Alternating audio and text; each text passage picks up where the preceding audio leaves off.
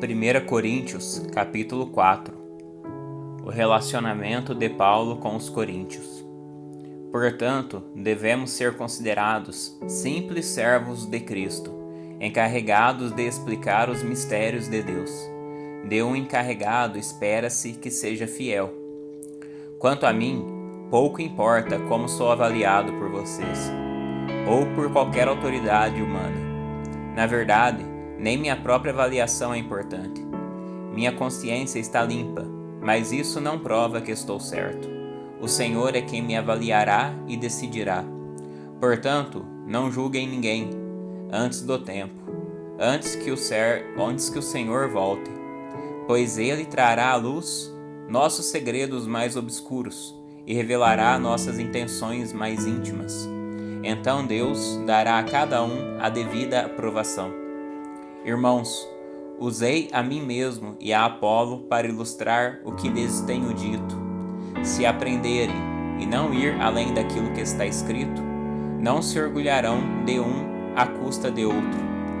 Pois que direito vocês têm de julgar desse modo? O que vocês têm que Deus não lhes tenha dado? E se tudo que temos vem de Deus, por que nos orgulharmos como se não fossem uma dádiva? Vocês consideram que já têm tudo de que precisam. Pensam que já são ricos e até já começaram a reinar sem nós. Gostaria que, de fato, já estivessem reinando, pois então eu reinaria com vocês. Por vezes, me parece que Deus colocou a nós, os apóstolos, em último lugar, como condenados à morte, espetáculo para o mundo inteiro, tanto para as pessoas como para os anjos. Nossa dedicação a Cristo nos faz parecer loucos, mas vocês afirmam ser sábios em Cristo. Nós somos fracos, mas vocês são fortes. Vocês são respeitados, mas nós somos ridicularizados. Até agora, passamos fome e sede, e não temos roupa necessária para nos manter aquecidos. Somos espancados e não temos casa. Trabalhamos arduamente com as próprias mãos para obter sustento. Abençoamos quem nos amaldiçoa. Somos pacientes com quem nos maltrata. Respondemos com bondade quando falam mal de nós.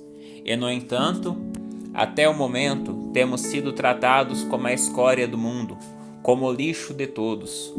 Não escrevo estas coisas para envergonhá-los, mas para diverti-los, como meus filhos amados.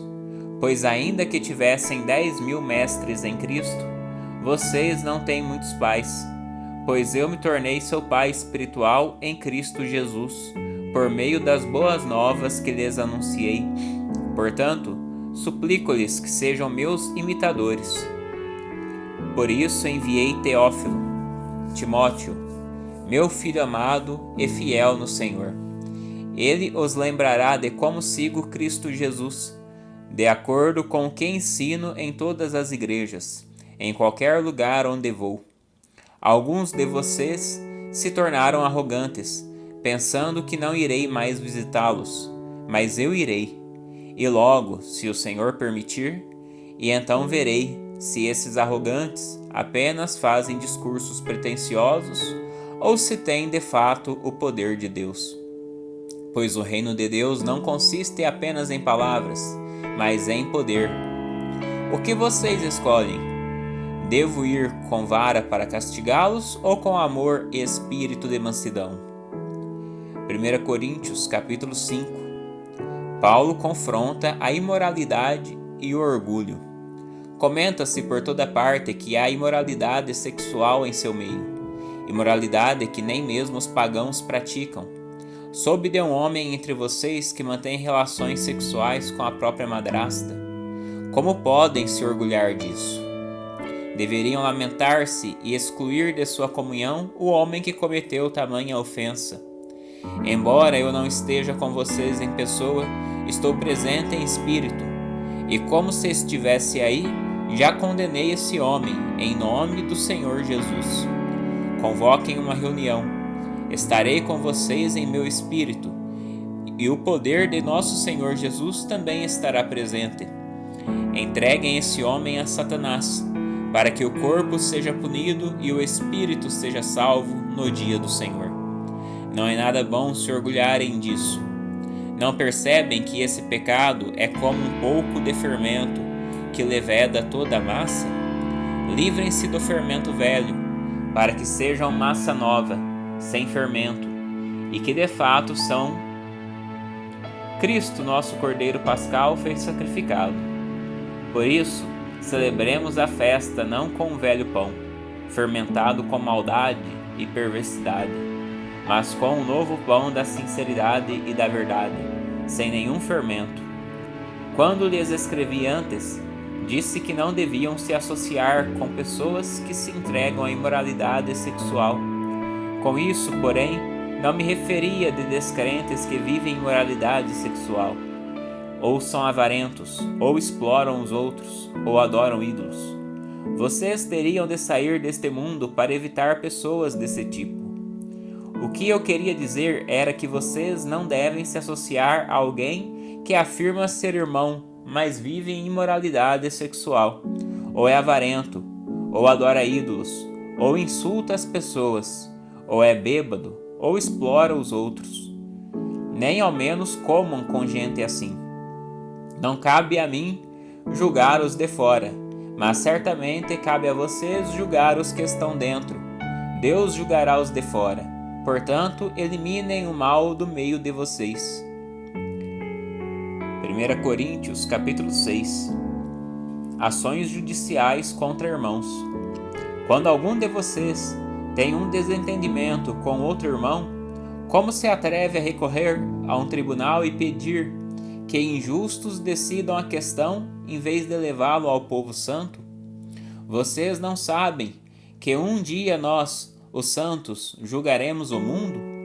E uma vez que vocês julgarão o mundo, acaso não são capazes de decidir entre vocês, nem mesmo essas pequenas causas? Não sabem que julgaremos os anjos?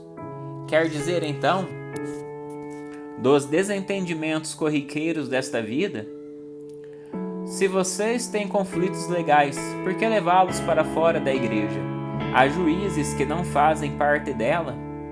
Digo isso para envergonhá-los. Ninguém entre vocês tem sabedoria suficiente para resolver estas questões? Em vez disso, um irmão processa outro irmão diante dos descrentes. O simples fato de terem essas ações judiciais entre si já é uma derrota para vocês. Por que não aceitar a injustiça sofrida? Por que não arcar com o prejuízo? Em vez disso, vocês mesmos cometem injustiças e causam prejuízos até contra os próprios irmãos. Vocês não sabem que os injustos não herdarão o reino de Deus? Não se enganem. Aqueles que se envolvem em imoralidade sexual, adoram ídolos, cometem adultério, se entregam a práticas homossexuais, são ladrões, avarentos, bêbados, insultam as pessoas ou exploram os outros, não herdarão o reino de Deus.